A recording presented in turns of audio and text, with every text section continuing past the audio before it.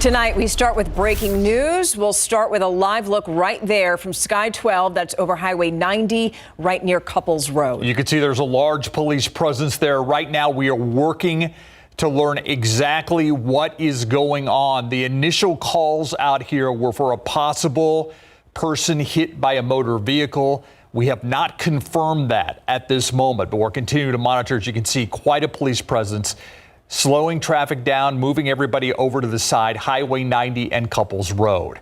More breaking news tonight. This is the scene right now at a home on the west side, and this is where we are getting reports of a fire. It appears as if that fire is out, but it does look like it left some damage behind. Now, that's on a street called Melissa Sue. That's near Culebra and Callahan. Details are limited right now, but we are working to get you more information. Now, in other news tonight, the Bexar County District Attorney's Office tonight defending two felony cases that ended in plea agreements. In the first one, a domestic violence survivor says that she was blindsided when the DA's office gave her attacker a deal with no jail time. In the other, a man accused of robbing someone with a gun pleaded no contest to a lesser charge, a plea bargain. He's now accused of murdering two teens in an East Side motel room. Now, a warning that this story contains graphic content and may not be suitable for all viewers. Here's KSAT Investigates Dylan Collier.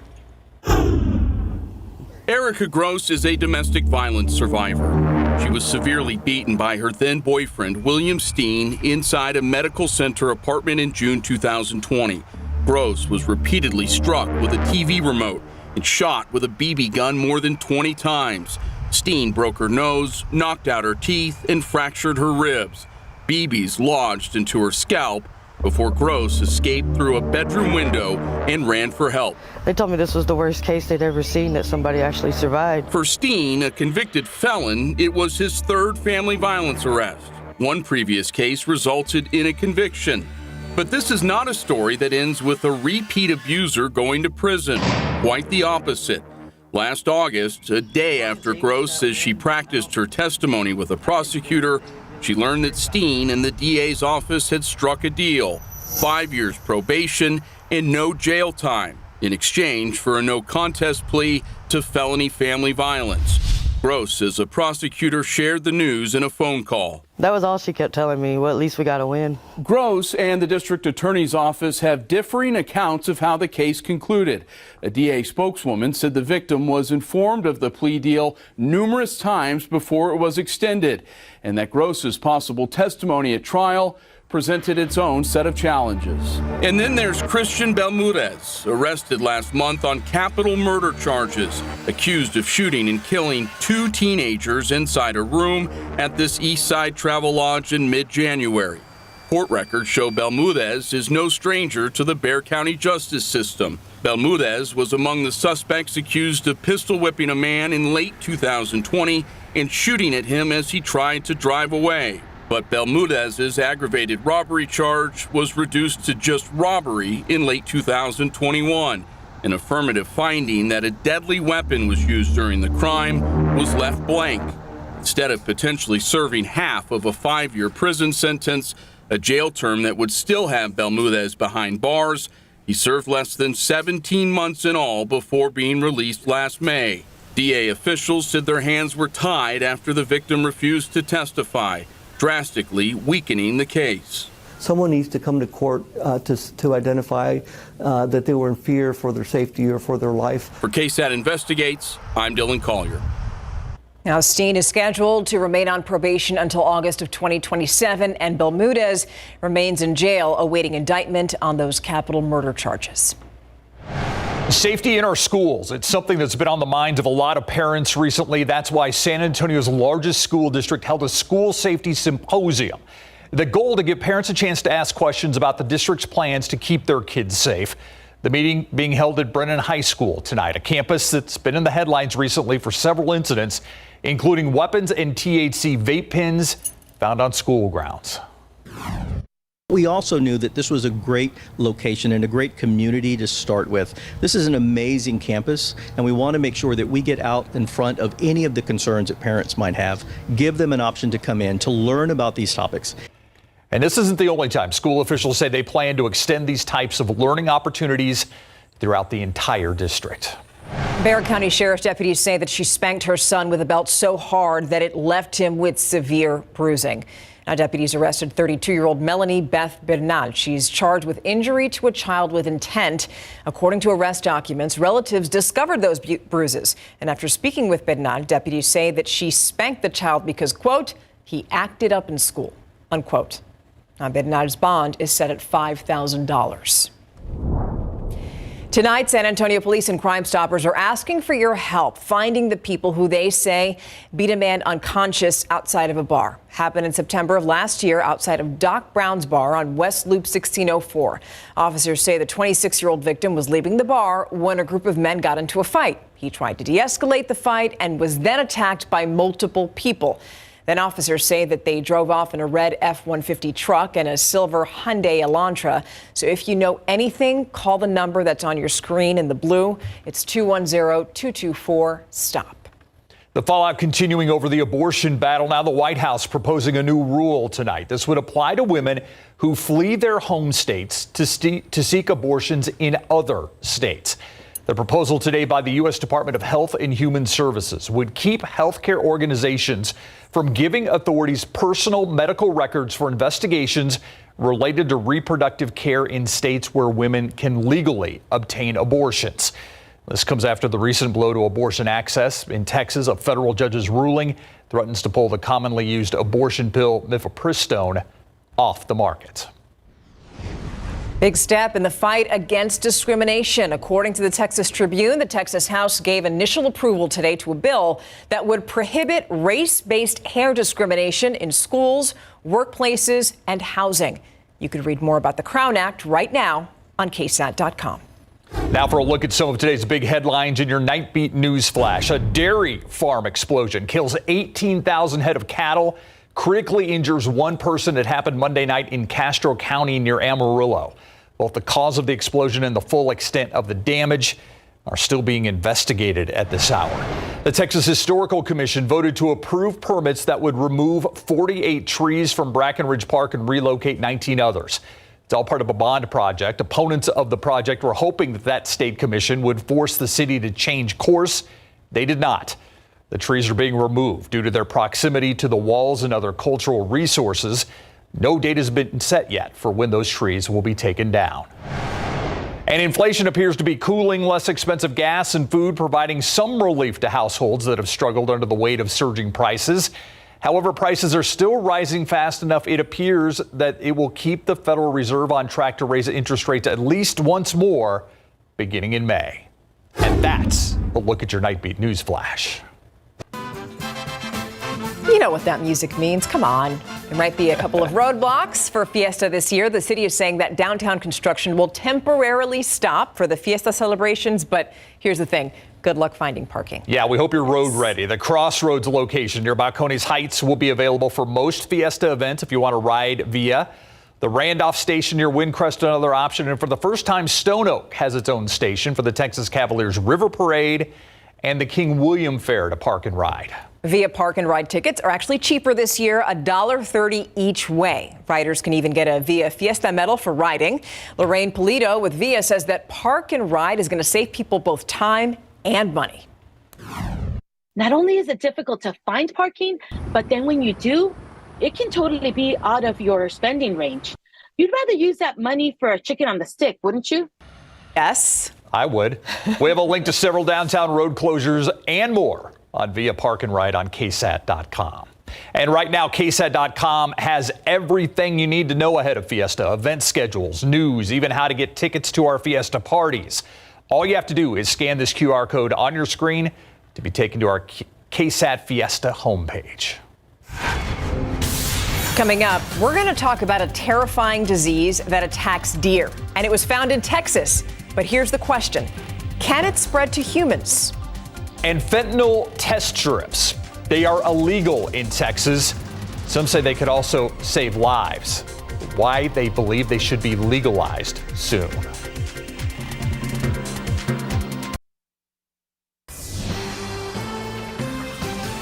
Advocates say they can save lives, so why aren't they legal? We're talking about testing strips that can detect if a drug or pill contains fentanyl. that synthetic opioid that the CDC says kills tens of thousands of Americans every year. So here's the thing. Fentanyl test strips are actually illegal in Texas, but some lawmakers are proposing a bill that could change that. The Night Team's Patty Santos explains how legalizing those strips could be yet another tool in the fight against fentanyl. They've been used to help individuals test their substances from heroin, methamphetamines, cocaine, to help prevent overdose. Even though they're illegal in Texas, since they're classified as drug paraphernalia, some people still use them. And harm reduction advocates say those test strips save lives. It's very sad because they know that they could die every time they use. Madeline Santibanez and Claudia Delfin with Corazon Ministries are part of the harm reduction outreach team. They help distribute syringe kits and provide services to those fighting substance abuse. Last year, we tested 150 unduplicated clients for HIV, Hep C, and syphilis. We've gotten over 150 clients into detox and long-term residential treatment. They're part of a statewide group advocating for the legalization of fentanyl test strips. Here's why. This map with data from the San Antonio Fire Department from December 2022 shows overdoses are a citywide problem. And no matter the socioeconomic status of this family or community, everyone is being impacted. And users tell them fentanyl is out there Because they know the fact that when they're using these drugs, they have this different effects. According to the CDC, the synthetic opioid is stronger than heroin and morphine. Many people are unaware that the drugs they're taking are laced with fentanyl. In places like New York City, where test strips are legal, they provide detailed instructions showing users how to use the strips. A small sample of the drug is dissolved in water. Then they add the test strip. And after a few seconds, they get the results. The strips can show a positive, negative, or invalid result, but not how much fentanyl a drug contains. And several bills were filed this legislative session to make these strips legal. One of them was approved by the House and now goes to the Senate. And remember, just a few years ago, this right here, Narcan, which is used to reverse opioid overdoses, was illegal. Now even law enforcement agencies are distributing these. Steve, Stephania. Patty, thank you. And of course, we've been following this fentanyl crisis closely. And if you scan that QR code that you see on your screen, it's going to take you straight to the Fighting Fentanyl section on KSAT.com. That's where you could find out more, really from the beginning. You could find out what fentanyl is, how it affects your body, and also how you can get your hands on that Narcan, the medication that reverses opioid overdoses. And also you could learn more about what's being done to stop the opioid epidemic. So again, we invite you to scan that QR code, to go straight to our website to get more information.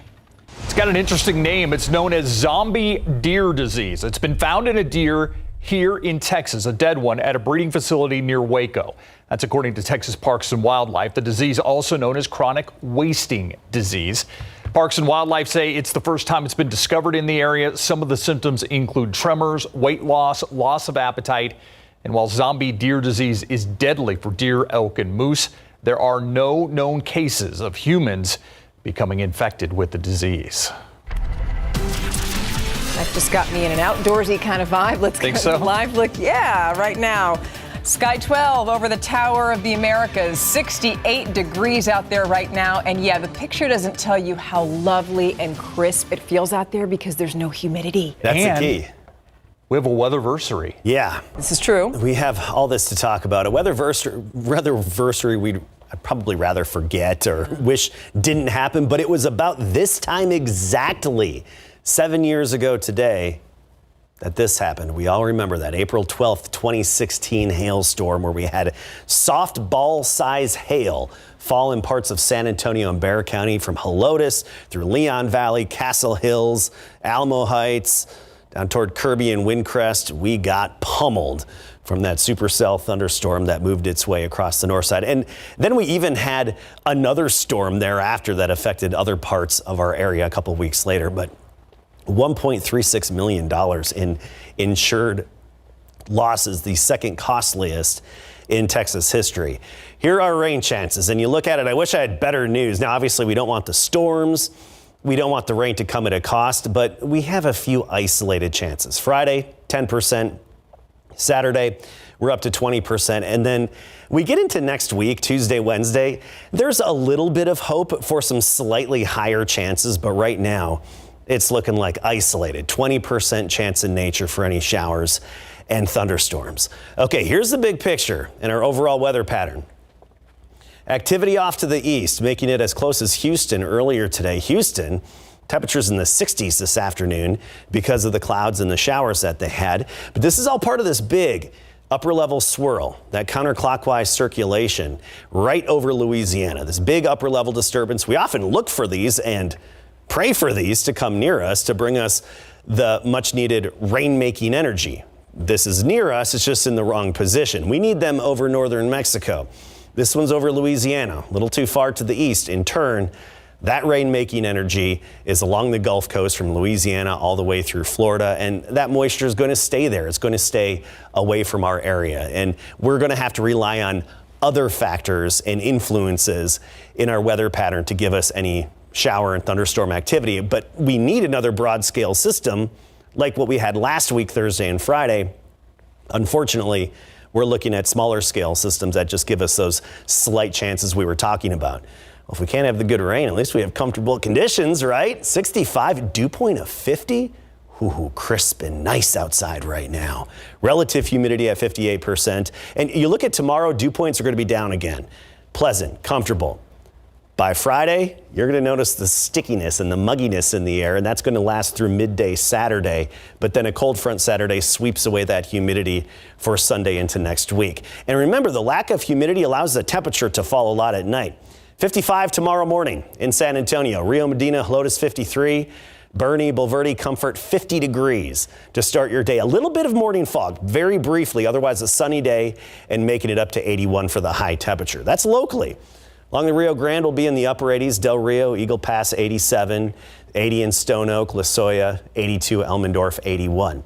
The warmest we'll get is Saturday. That's going to be 90 degrees with a bit of humidity for the first part of the day. And with that humidity, notice those warmer mornings in the 60s Friday and Saturday, but then cooling off again when you can open your windows at night for the end of the weekend and even on into early next week. Really quickly, first of 5 Fiesta Medal giveaways tomorrow. Line begins at 4, medals given away at 6. It's on the west side, Christus Santa Rosa Hospital in Westover Hills off 151. And you want one of these medals. Oh, They're so yeah. cool looking and they can spin. They're awesome. Yeah, you definitely want one. All right. Roadrunner, Saint, Viking. Yes. Do I have that flow chart right? You do. We're talking Marcus Davenport from right here in San Antonio, went to Stevens High School. Well, he recently signed a one-year deal with the Minnesota Vikings. So how does he feel he's going to fit in with his new defense? And the XFL, the San Antonio Brahmas still have a slight chance of making the playoffs. Coming up.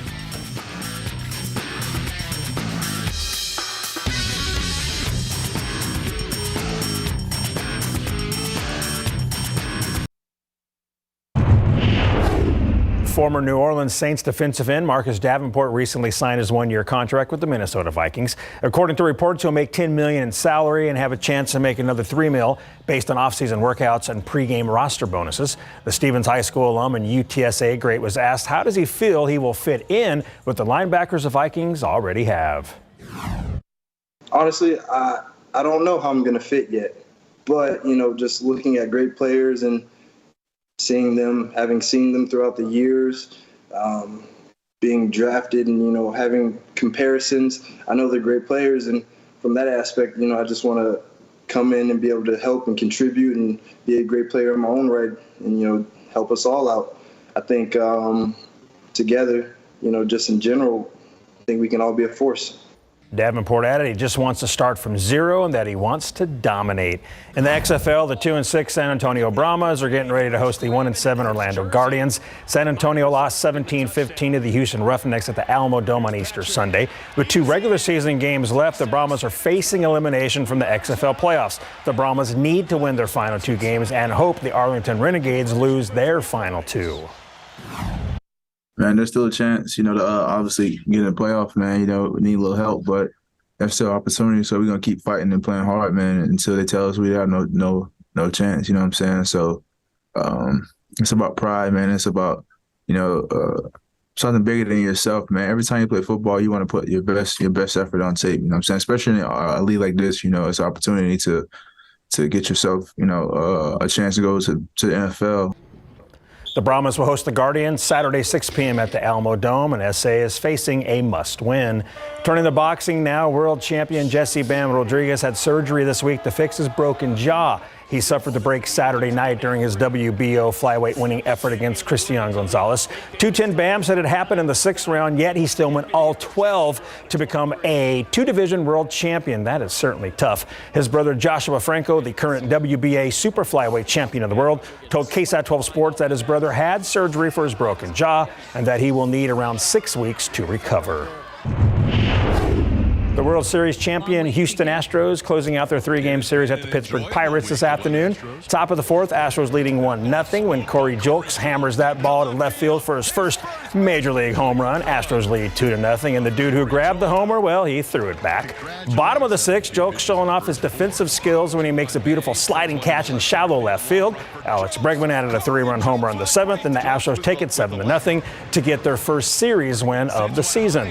Texas Rangers shortstop Corey Seager will be out 4 to 6 weeks after suffering a grade 2 hamstring strain last night. It happened during the 5th inning here as he was pulling into second base after doubling to left field. He was off to a great start, leading the Rangers with a .359 batting average, also 7th best in the AL. Josh Smith will now see a lot of time at shortstop. As for the game itself tonight, the Royals win 10-1. Texas will next play at Houston on Friday night. It was Military Appreciation Night out at the Wolf. The Mission's hosting the Rough Riders. Top 1, Frisco looking to score. The batter rips the ball to Luis Aviles Jr. He makes a diving stop, throws to second for an out. Connor Hollis throws home, and we have a good old-fashioned pickle. The Rough Riders runner from second, who was trying to score, gets tagged out. Inning over with. Top 2, Evan Carter now cranks a 3-run homer to right center field for the other team. It's 3-0 Frisco, and the Rough Riders roll 7-1. Devin Vassell's knee certainly slowed him down after the break. San Antonio Spurs shooting guard Devin Vassell played in just 38 games this season, making 32 starts. He was slowed down by a left knee issue that finally required surgery in early January. That procedure and rehab shut him down for 2 months, and then following his return on March the 2nd, Vassell played in just 9 of the Spurs' final 20 games down the stretch. Entering his 3rd season, this was supposed to be a breakout year for Vassell, but that never happened because of his knee. I feel like I've shown flashes. I feel like I've shown when I'm healthy I can play and play with the best of them. I don't have any regrets from this season. I think everybody in the organization knows that when I'm healthy, you know, it's a totally different player out there, and the team is playing a great game. So I'm not upset about nothing at all that's happened this season. Like I said, obviously injuries suck, but everybody goes through it, so I'm not really upset about that. Back in October, the Spurs exercised their 4th-year option on Vassell. That will pay him $5.89 million next season, and he is certainly a key piece for that young Spurs roster. Got to stay healthy, though. He does, yep. Yeah. Thanks, Larry. We'll be right back.